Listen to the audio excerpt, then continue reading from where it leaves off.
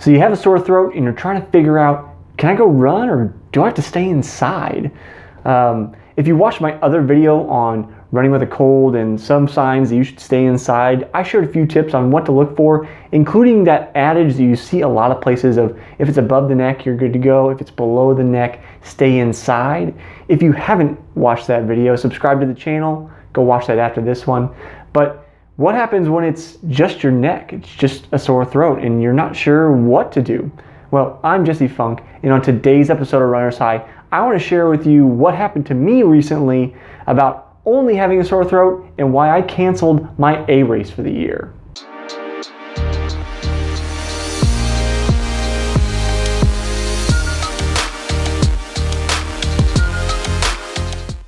If you're like me, you train all year just for one race. Maybe you do other races during the year, but those are B and C class races. You don't care as much about them. You have one A race, one race you've been looking forward to all year. So I think you can probably sympathize with me in the amount of dread that would come over you if you get sick during an A race week. It's coming up and here you are with a sore throat. You're not sure what to do. Well, that's exactly what happened to me this week. And as I'm shooting this here today, my A race is actually tomorrow, but I won't be there to partake. Though I do this series here on Runner's High, and I come from a running background, I actually race triathlon more often than not nowadays since I'm out of school, out of college, not running collegiately anymore.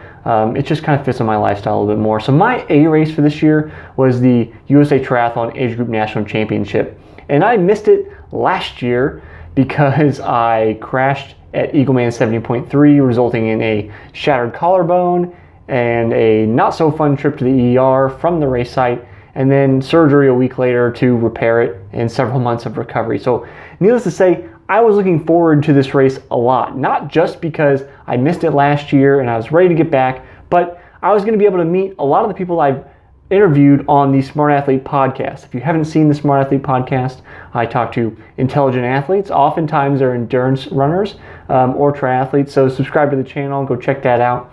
But I had a lot of motivation to go to this race. So, what happened and why did I cancel? Here it is, Friday today, but on Sunday night, I'm starting to feel a little bit in my throat, like maybe there's something there, but let's not talk about it. It's not a thing, it's not happening. Monday, Tuesday, getting a little bit worse, start talking to my coach. Hey, this is going on. I'm not sure what to do. And by Wednesday morning, I had to make a decision. We've got flights, we've got people taking care of the dog. Somebody needs to make a decision on, are we going or are we not going? And I decided to cancel going to this A race for one simple fact. And that is because I was concerned about the fallout after the race. If I followed that above the neck, below the neck rule, I probably could have justified racing. There wasn't really anything going on in my lungs. I wasn't coughing. I didn't have any kind of mucus. It was just my swollen lymph node. But because I've been through this so many different times over the last almost 20 years now, the way I felt just told me this is probably going to be a bad thing if you continue to push yourself through the week. And really, I probably feel fine now because since Tuesday morning, I've been off. I worked out Tuesday morning, still prepping for the race, and then I kind of made the decision again Wednesday morning, okay, we're done.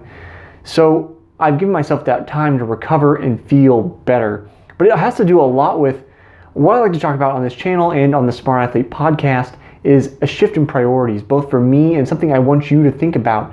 A lot of it goes back to episode 6 of the Smart Athlete podcast when I interviewed Chris Douglas. He shares a story where he passed out from heat exhaustion about a mile from the end of the triathlon that he was getting ready to win.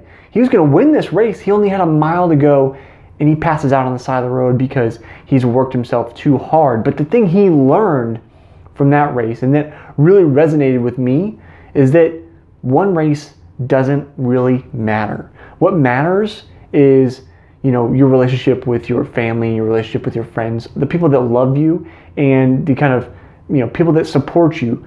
Even though endurance sports is a singular endeavor, it's me out there running, it's you out there running. It is actually a team sport, and you know that. There are people that support you, be it your coach, be it your girlfriend, boyfriend, husband, wife, children, parents, siblings, whoever it is, there's somebody that supports you. Could be your other runners. But you need to keep that in mind when you're thinking about, is this going to be worse for me or not? You see, it's all about shifting priorities.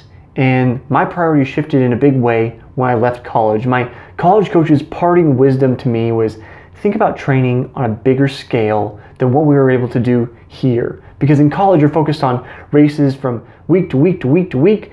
It just comes at you so fast, and that leads to a lot of injuries. And I was able to focus on a larger scale, thinking about training for a whole year or a whole 2 years or 4-year block, trying to become a professional triathlete. That thing didn't happen for me, but my lens shifted wider. I saw a little bit bigger view of the world. And as I've spent time here more with you and trying to build my company this year and talking to people like Chris on the Smart Athlete podcast, the lens shifts just a little bit wider. And as that lens shifts wider, I'm able to focus more on the things that are important. And that means focusing on enjoying life more as a whole. You see, I've spent a long time, again, almost 20 years, and post-collegiately 8 years trying to be a professional. So my life revolved around racing and training. And I gave up a lot of holidays. Train on Christmas, train on my birthday, train on Halloween, train on 4th of July. A day is a day, it didn't matter to me. But now there comes a time when I'm past that point of trying to become a professional. I know it's not going to happen for me. And that's okay. Maybe it'll happen for you. I don't know. Maybe you just have that goal you want to make. But you have to think about your life on a bigger spectrum besides this one race. You see, if I had gone to this race this weekend, this national championship, which was important to me for many reasons, I would have been endangering this vacation we're supposed to take next week. Well, you know, you could be saying, oh, boo-hoo, you're taking a vacation.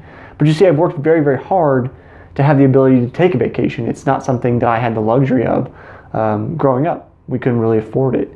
So it's something I try to take into account when I'm thinking about my life as a whole.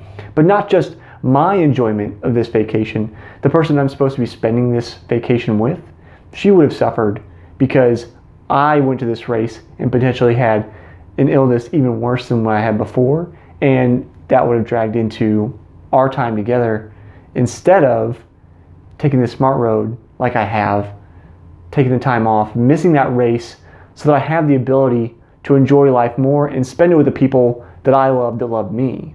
You see, I put out this content on this channel, and we talk about running a lot, and yes, I interview people on the Smart Athlete podcast, and they share a lot about their lives. And yeah, I talk sometimes about Solpre, the brand, which is a part of me that I want to share with you. But the whole thing is that I want you to think a little bit more about your life as a whole. That's what the whole thing is here. That's what I'm trying to get into your head. I'm trying to sneak in there. And I have gone a little bit down a rabbit hole, but I want to be transparent with you that it's more important to take care of your whole body, mind, and spirit as one unit than it is to think about one selfish goal. When we think about all of those things together in a balance, in a kind of circumference of our lives, then we can think about a more fulfilling life that we can live. So I'll see you next time on the next episode of Runner's High.